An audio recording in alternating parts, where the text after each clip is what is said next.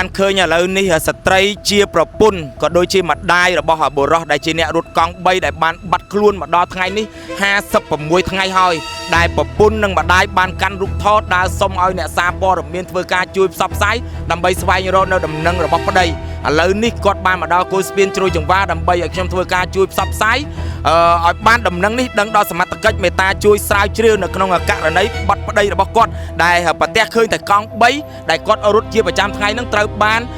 ដុតចោលនៅទីតាំងដីវាលមួយកន្លែងឥឡូវនេះប្រពន្ធរបស់គាត់មិនអស់ចិត្តរួមទាំងម្ដាយបើសិនជាប្តីនៅរស់សូមឲ្យបានឃើញវត្តមានរបស់ប្តីបើសិនជាស្លាប់សូមឲ្យឃើញសាកសពដើម្បីក្រុមគ្រួសារយកមកធ្វើបុណ្យឥឡូវប្អូនស្រី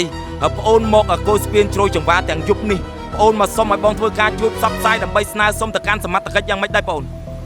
ខ្ញុំសុំសមត្ថកិច្ចសុំមេត្តាជួយរឿងក្តីមួយនេះផងពីព្រោះក្រុមគ្រួសារនេះខ្ញុំបានបាត់ប្តីរយៈពេល7-2 ខែហើយអត់មានដំណឹងសូម្បីតែបន្តិចបងចឹងទៅនេះខ្ញុំមានតែពឹងទៅលើសមត្ថកិច្ចទេនេះខ្ញុំបានស្នើច្រើនដងហើយនៅតែអត់មានដំណឹងពីគាត់មកដល់ឥឡូវគឺ7-2 ខែហើយបងអត់មានដំណឹងសូម្បីតែបន្តិចសោះ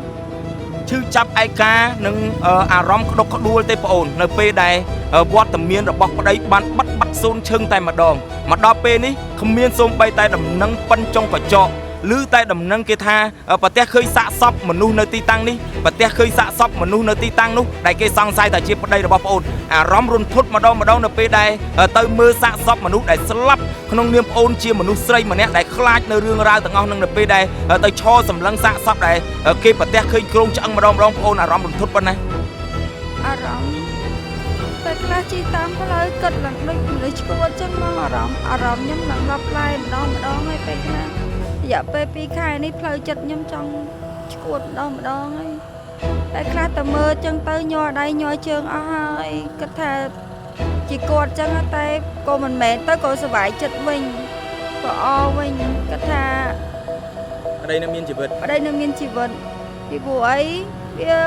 2 ខែអត់មានដំណឹងខ្ញុំស្នើទៀតនៅតែអត់មានដំណឹងសោះបងអើយបើសិនជា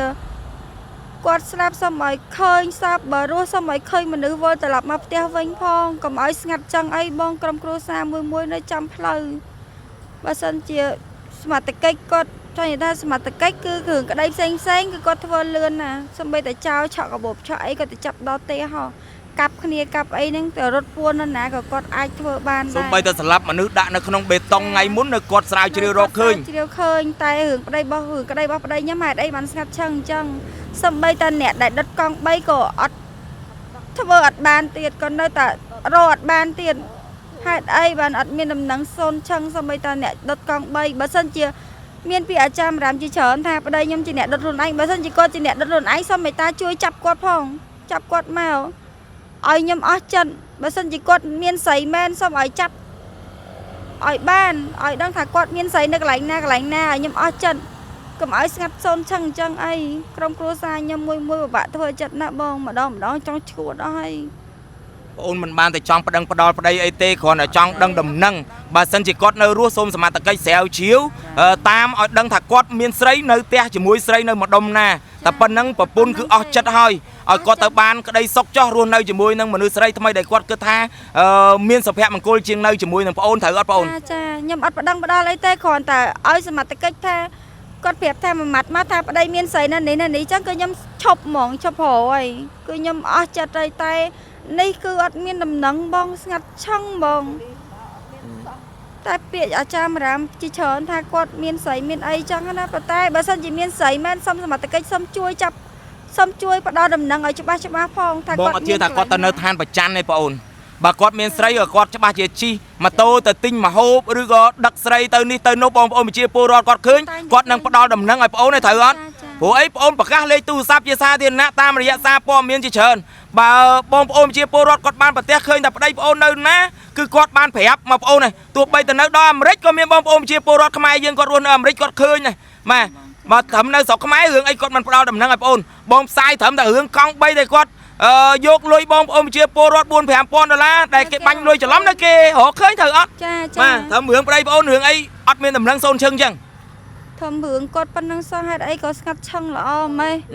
សុំសមត្ថកិច្ចសុំមេត្តាជួយផងសុំជួយរឿងក្តីមួយនេះផងក្រុមគ្រួសារនេះខ្ញុំ ពិបាកទទួលយកណាម្ដងព្រោះស្កាត់ឆឹងអញ្ចឹងបើមានស្រីឲ្យដឹងថាមានស្រីបើគាត់មិនឲ្យពិតប្រកបសុំ បើស្លាប់ឲ្យច្បាស់ថាស្លាប់ ចា បើស្លាប់ឲ្យបានសាកសពយកមកធ្វើបុណ្យត្រូវអត់បងអូន ចាបើស្លាប់សុំឲ្យឃើញសាកសពបើរស់សុំឲ្យឃើញមនុស្សឲ្យដឹងថានៅណាយពិតប្រកបឲ្យពួកខ្ញុំអស់ចិត្តកុំឲ្យនៅតែចម្ងល់ឆ្ងល់ក្នុងចិត្តអញ្ចឹងរាល់ថ្ងៃព្រោះស្ងាត់ឆឹងល្អណាស់បងគ្មានដំណឹងសោះសំបីតែគេបាញ់លុយច្រឡំរត់ទៅដល់ណាគេនៅតែចាប់បានហេតុអីបានរឿងប្តីខ្ញុំប៉ុណ្ណឹងហេតុអីធ្វើមិនបាន ថាមនុស្សឃាតករដែលស្លាប់មនុស្សយកទៅចាក់បេតុងថ្ងៃមុននៅសមត្ថកិច្ចស្រាវជ្រាវតាមចាប់បានត្រូវអត់បងអូន ចា បាទត្រឹមតែបងអូនប្តីបងអូនរបស់បងអូនគាត់មានស្រីប៉ុណ្ណឹងរឿងអីសមត្ថកិច្ចគាត់ពិបាកក្នុងការស្រាវជ្រាវថាគាត់ទៅមានស្រីនៅណារស់នៅមួយស្រីនៅណាបាទដើម្បីផ្ដល់ដំណឹងឲ្យគ្រួសារមកគាត់បានដឹងឲ្យគាត់អស់ចិត្តត្រូវអត់បងអូន ចា បាទកុំឲ្យម្ដាយជាមួយនឹងបងអូនដើរកាន់រូបថតដើរសុំអ្នកកសែតបាទម្ដាយគាត់ខ្មាស់គេណាបាទ ចាខ្ញុំខ្មាស់គេខ្ញុំអត់ចង់មកទេក៏ប៉ុន្តែខ្ញុំអត់មានអីទេអស់ជំរឿហើយបើសួរទៅបលីគាត់ថាគេពងសៅជ្រាវគេពងធ្វើការឲ្យតែអត់លឺអីសោះ2ខែនេះសំបីតែមន្ទីរក៏អត់មានដែរអត់មានសោះឲ្យខ្ញុំពឹងអីទៀតខ្ញុំទេទៅគាត់ថាគេពងសៅជ្រាវរហូតតទៅពេលនេះហើយក៏អត់មានអីសោះតម្រៃចុងក្រោយគឺបុកឃីងចុងក្រោយអេបនឹងខំក្រុមហ៊ុនអេបគ្នាខំទៅគេយកមកឲ្យហើយនៅតែខាងប៉ូលីសធ្វើអត់បានទៀតហាងអេបចុងក្រោយនឹងបុកឃីងម៉ោង1ជាងនឹងក៏ចាប់អត់បានអីអត់បានទាំងអស់ហើយកាមេរ៉ាតាមដងផ្លូវគិតមិនវិញហើយមិនដែរអត់មានកាមេរ៉ាទេសម័យនេះហើយហេតុអ្វីបានប៉ូលីសគាត់ទៅរកអត់ឃើញខ្ញុំឆ្ងល់ណាស់លោកអើយលោកខ្ញុំឆ្ងល់មែនតើ ចាំមានតែប៉ុណ្្នឹងណាមីងណាបាទអរគុណច្រើនមានអីទៀតអូន ពេលខ្លះទៅអត់ចង់ហ៊ានមកទេកុំឲ្យគេថាយើងមក អូនរឿងអនឯងនេះមិនមែនរឿងតប៉ែណាបងនិយាយការពិតណាបើសិនជាមានមហាជនណាមួយដែលគាត់ថារឿងអនឯងនេះជារឿងបំពុលសង្គមឬក៏ជារឿងតប៉ែនេះជាកម្មពីរបស់គាត់ដែលទូរែកយកទៅព្រោះគាត់មិនទាន់បានបាត់ក្រុមគ្រួសារ ជឿចាប់ពេកមិនចេះតែមករហូតមកទទួលយកអត់បាន អារម្មណ៍បាត់ប្តីអារម្មណ៍បាត់កូនរឿងអីជារឿងបំពុលសង្គម មិនបាត់ទាំងមូលបងអារម្មណ៍ជឿចាប់ណាទទួលយកអត់បាន ចឹងអូនមិនបាច់ទៅខ្វាយខ្វល់ជាមួយនឹងសម្ដីមនុស្សដែលអត់បានការទេមករាល់ថ្ងៃក៏បងផ្សាយឲ្យរាល់ថ្ងៃដែរណាបងអូនណាព្រោះបងអាណិតក្នុងនាមបងអូនឥឡូវនេះដូចជាសិលាដែលកំពុងតែរងចាំប្តីនេះសិលាចាំប្តីដឹងថាដំណឹងប្តីមកតែអានេះចាំអត់ដឹងថាប្តីមកដោយសាកសពឬក៏មកដោយនៅមានជីវិតបាទចឹងនេះចាំទាំងអារម្មណ៍ក្តុកក្តួលឬសូគេប្រទះឃើញសពអ្នកនេះគេសង្ស័យថាប្តីទៅម្ដងអារម្មណ៍នេះបាទបុកពោះបាទអារម្មណ៍រន្ធត់អារម្មណ៍តក់ស្លុតសពគ្រប់បែបយ៉ាងដែលពុះពៀជាមួយម្ដាយទៅដល់សឹងតែស្លាប់មើលសាកសពមើលក្រងឆ្អឹងមើលមនុស្សបាទដែលស្លាប់នៅនឹងមុខទាំងអារម្មណ៍ប្អូនខ្លាចប្អូនរន្ធត់នៅតែខំប្រឹងពុះពៀទៅរឿងអីបងខ្លាចក្នុងការផ្សព្វផ្សាយឲ្យប្អូនផ្សាយរហូតបើសិនជាគាត់ស្លាប់ក៏បានឃើញសាកសពយកមកធ្វើបុណ្យឲ្យប្អូនបើសិនជាគាត់រស់ឲ្យឃើញដំណឹងនេះជាអ្វីដែលបងនិយាយណាប្អូនណាបងមិនខ្វល់ពីពាក្យសម្ដីអ្នកណានិយាយយ៉ាងម៉េចបងអត់ខ្វល់ទេព្រោះសិតតែជាពាក្យសម្ដីអត់បានការតតែអ្នកដែលជួបរឿងរ៉ាវដូចប្អូនអ្នកដែលបានឆ្លងកាត់រឿងរ៉ាវដូចប្អូនបានដឹងថារឿងរ៉ាវទាំងអស់នេះវាមិនមែនជារឿងដែលត្រូវយកមកនិយាយលេងសើចបានទេបាទសូម្បីតែពាក្យអាចារ្យរាមថាប្តីប្អូនមានស្រីនឹងក៏មិនគួរយកមកលើកយកមកនិយាយដែរព្រោះពេលនេះបើគាត់នៅរស់រឿងអីបងប្អូនប្រជាពលរដ្ឋគាត់មិនឃើញបាទគាត់មិនមែនទៅនៅរឋានប្រចាំដែលខ្ញុំផ្សាយទៅនៅឋានប្រចាំគ្មានមនុស្សនៅណាបាទបើនៅដល់ឋានប្រចាំក៏មានអេលៀនឆាតមកប្រាប់ដែរបាទរឿងអីនៅត្រឹមឋានមនុស្សដែលនៅមនុស្សពេញស្រុកខ្មែរនេះខ្ញុំផ្សាយគេបាត់កូនបាត់ប្តីបាត់អីខ្ញុំរកឃើញរហូតនឹងឲ្យតែនៅមានជីវិតឃើញអត់រឿងអីកូនអ្នកមីងរកឃើញខ្ញុំផ្សាយបងប្អូនដែលគាត់បាយស្លុយផងរត់ចោលផ្ទះទៅតាមនៅជាមួយប្រុសនៅមានអ្នកជិតខាងគាត់ទេមកប្រាប់ខ្ញុំឲ្យទៅប្រាប់ម្ដាយឲ្យមកយកកូនយកប្តីបាទយកឪពុកយកម្ដាយមកត្រឡប់មកវិញបាទនេះខ្ញុំនិយាយរឿងអ្នកដែលគាត់ស្ទាវបាយស្លុយដែលគាត់ស្រឡាញ់គ្នាអញ្ចឹងទៅរត់តាមសង្សារនៅគេផ្ដល់ដំណឹងមកឲ្យខ្ញុំថាឥឡូវឃើញនៅនេះរទ្ធាឲ្យម្ដាយគាត់មកយកមកបាទខ្ញុំផ្សាយចោលលួចម៉ូតូគេនៅផ្ដល់ដំណឹងមកឲ្យខ្ញុំថាចោលនៅនេះឥឡូវឃើញវាមកពួននៅផ្ទះជួលនេះបាទអ្នកមីងឃើញព័ត៌មានខ្ញុំផ្សាយកន្លងមករឿងអី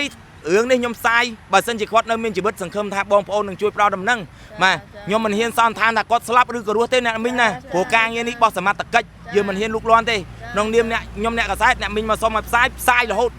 មិនខ្វល់ពីសម្ដីមនុស្សដែលអត់បានការព្រោះគាត់អត់តន់ជួបរឿងរ៉ាវដូចអ្នកមីង បានគាត់ចេះតែនិយាយពាក្យអត់បានការហ្នឹងអរគុណអ្នកមីងបាទអរគុណបងប្អូនសម្រាប់ការទស្សនាមានចំណេះខុសឆ្គងសូមបងប្អូនមេត្តាខន្តីអភ័យទោសឲ្យខ្ញុំទាំងអស់គ្នាផងអរគុណ